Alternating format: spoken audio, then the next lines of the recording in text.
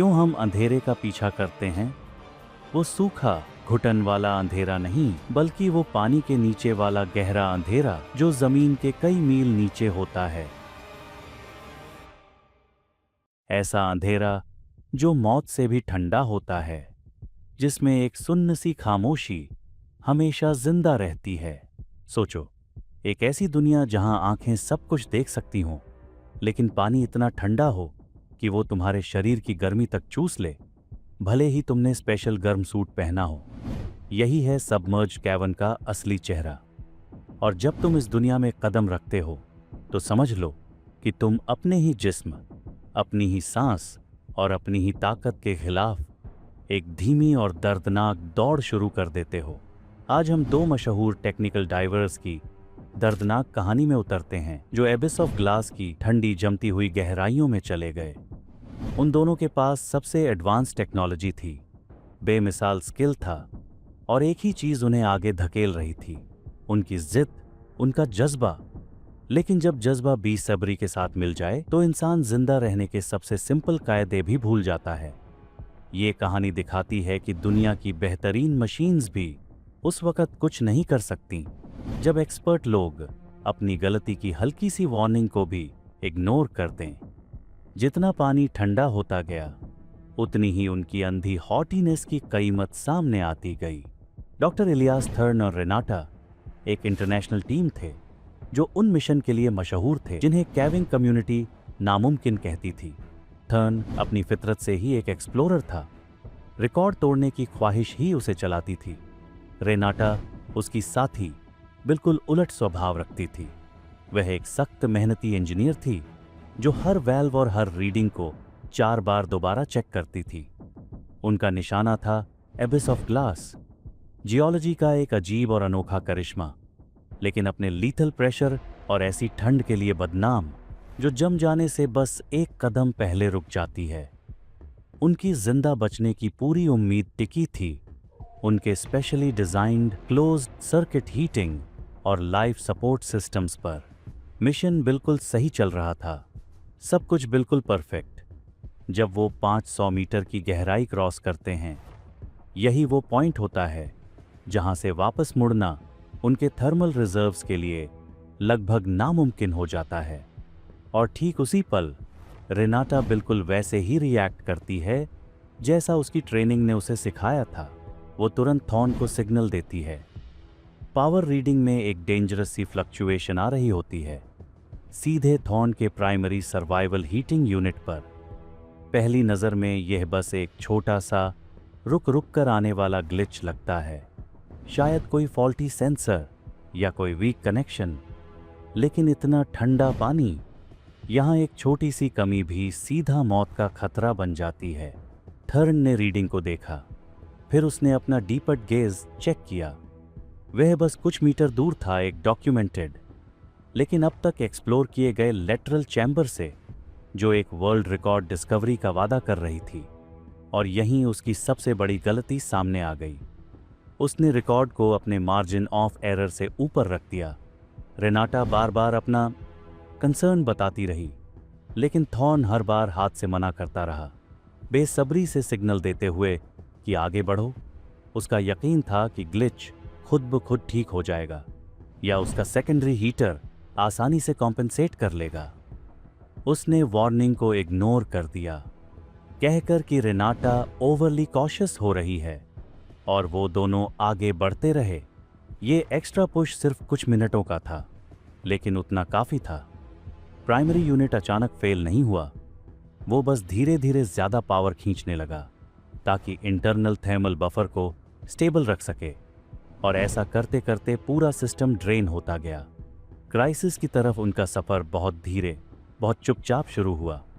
550 metre पर suit के अंदर का तापमान 1 डिग्री गिरा, फिर 2। थर्न ने पहले इस धीमी सी ठंड को इग्नोर किया।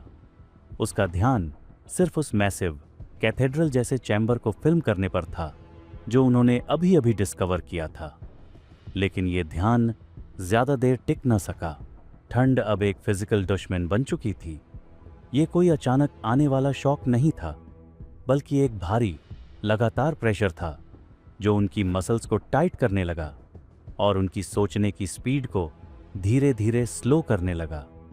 रेनाटा के ग्लव्ड हैंड्स, जो अभी तक लाइन को बहुत केयरफुली संभाल रही थी, धीरे धीरे कंट्रोल खोने लगे। थॉर्न, जो पहले ही थर्मल रिजर्व्स में लो था, उसने ठंड को सीधा अपने कोर तक उतरते हुए महसूस किया।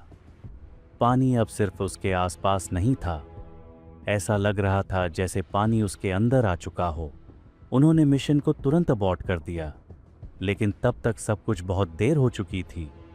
वापस ऊपर आना एक दर्दनाक, स्लो प्रोसेस था, क्योंकि डीकम्प्रेशन लिमिट्स की वजह से वो तेज नहीं चल सकते थे। हर मीटर ऊपर जाने का मतलब था एक और मीटर हाइपोथर्मिया के साथ लड़ना। सेकेंडरी हीटिंग यूनिट, जो पहले ही ओवरवर्क हो रहा था, 400 मीटर पर पूरी तरह फेल हो गया। वही एक्सपेक्टेड रिजल्ट जो पहले हुई ड्रेन ने क्रिएट किया था। आखिरी घंटा उनके लिए एक साइकोलॉजिकल नाइटमेयर बन गया। थॉर्न के थॉट्स स्लो होने लगे। उसकी मोटर स्किल्स लगभग खत्म हो रही थीं। वो लाइन को बार बार लूज करता और उसका कॉम्प्लेक्स ब्रीदिंग रेगुलेटर उसकी जम चुकी ग्रिप में एकदम अजनबी लग रहा था। एबिस ऑफ ग्लास का क्रिस्टल जैसा साफ पानी अब एक मजाक बन गया था। उसे उसकी अपनी धीमी, अनअवॉइडेबल हार दिखाता हुआ रेनाटा, जो खुद अपने बेसिक बॉडी फंक्शंस को बचाने के लिए लड़ रही थी, उसे थॉर्न को फिजिकल तौर पर सेफ्टी लाइन के साथ खींचना पड़ा। उसे ठंड की मैथमेटिक्स पता थी। हीट के बिना उनके पास घंटे नहीं, सिर्फ कुछ मिनट बचे थे। ट्रेजेडी का क्लाइमैक्स किसी धमाके के साथ नहीं आया, बल्कि एक खामोश, डरावनी सी एक्सेप्टेंस के पल के साथ। 200 मीटर पर जब वो क्रिटिकल डिकम्प्रेशन जोन में थे, थॉर्न ने हरकत करना बंद कर दिया। उसकी नज़र, जो पहले ही ठंड की वजह से धीमी हो चुकी थी, पूरी तरह चली गई। रेनाटा ने पागल सी कोशिश की कि वो उसे अपने छोटे तीसरी हीटर से अटैच कर दे, लेकिन थर्न का हैवी, स्पेशलाइज्ड सूट हिलाया ही नहीं जा रहा था। ये गहरी, जान चूस लेने वाली ठंड अपना काम पूरा कर चुकी थी। उसके सिस्टम एक एक करके शट हो गए। रेनाटा को वो फैसला लेना पड़ा जो इंसान सह ही नहीं सकता। अगर वो रुकती तो थॉर्न के साथ वो भी मर जाती। अगर वो चली जाती तो उसे अपने लीडर की आखिरी घमंडी गलती का बोझ जिंदगी भर उठाना पड़ता। उसने थॉर्न के जिस्म को डीकम्प्रेशन लाइन से सिक्योर कर दिया, ये जानते हुए कि प्रेशर और लो टेम्परेचर उसे हमेशा के लिए एबिस में महफूज फंसा हुआ रख देंगे। फिर रेनाटा ने आखिरी तन्हा एसेंट शुरू की। ऊपर आती हुई टूट चुकी थी, लेकिन जिंदा थी। डॉक्टर एलायस थॉर्न का डूबा हुआ जिस्म कभी वापस नहीं मिल सका। इक्विपमेंट की फेलियर की कॉम्प्लिकेशंस और उस एक्सट्रीम एनवायरनमेंट ने रिट्रीवल को इतना डेंजरस बना दिया कि कोई रिस्क नहीं ले सकता था। एबिस ऑफ ग्लास का यह हादसा आज भी केविंग कम्युनिटी की दीवारों पर एक ठंडी, हमेशा याद रहने वाली वार्निंग की तरह लिखा हुआ है। डॉक्टर एलायस थॉर्न के पास वह टेक्नोलॉजी मौजूद थी जो उसे किसी भी खतरे से बचा सकती थी, लेकिन आखिर में उसे एक बहुत सिंपल और बहुत जानलेवा कॉम्बिनेशन ने हरा दिया, एम्बिशन और एरोगेंस। उसका डूबा हुआ जिस्म कभी वापस नहीं मिल सका। इक्विपमेंट के फेल होने की कॉम्प्लिकेशंस और उस एक्सट्रीम एनवायरनमेंट ने रिट्रीवल को इतना डेंजरस बना दिया कि कोई भी रिस्क नहीं ले सका। एबिस ऑफ ग्लास का यह हादसा आज भी केविंग कम्युनिटी की दीवारों पर एक ठंडी, हमेशा याद रहने वाली वार्निंग की तरह लिखा हुआ है। डॉक्टर एलायस थॉर्न के पास वह टेक्नोलॉजी मौजूद थी जो उसे किसी भी खतरे से बचा सकती थी, लेकिन आखिर में उसे एक बहुत सिंपल और बहुत जानलेवा कॉम्बिनेशन ने हरा दिया, एम्बिशन और एरोगेंस।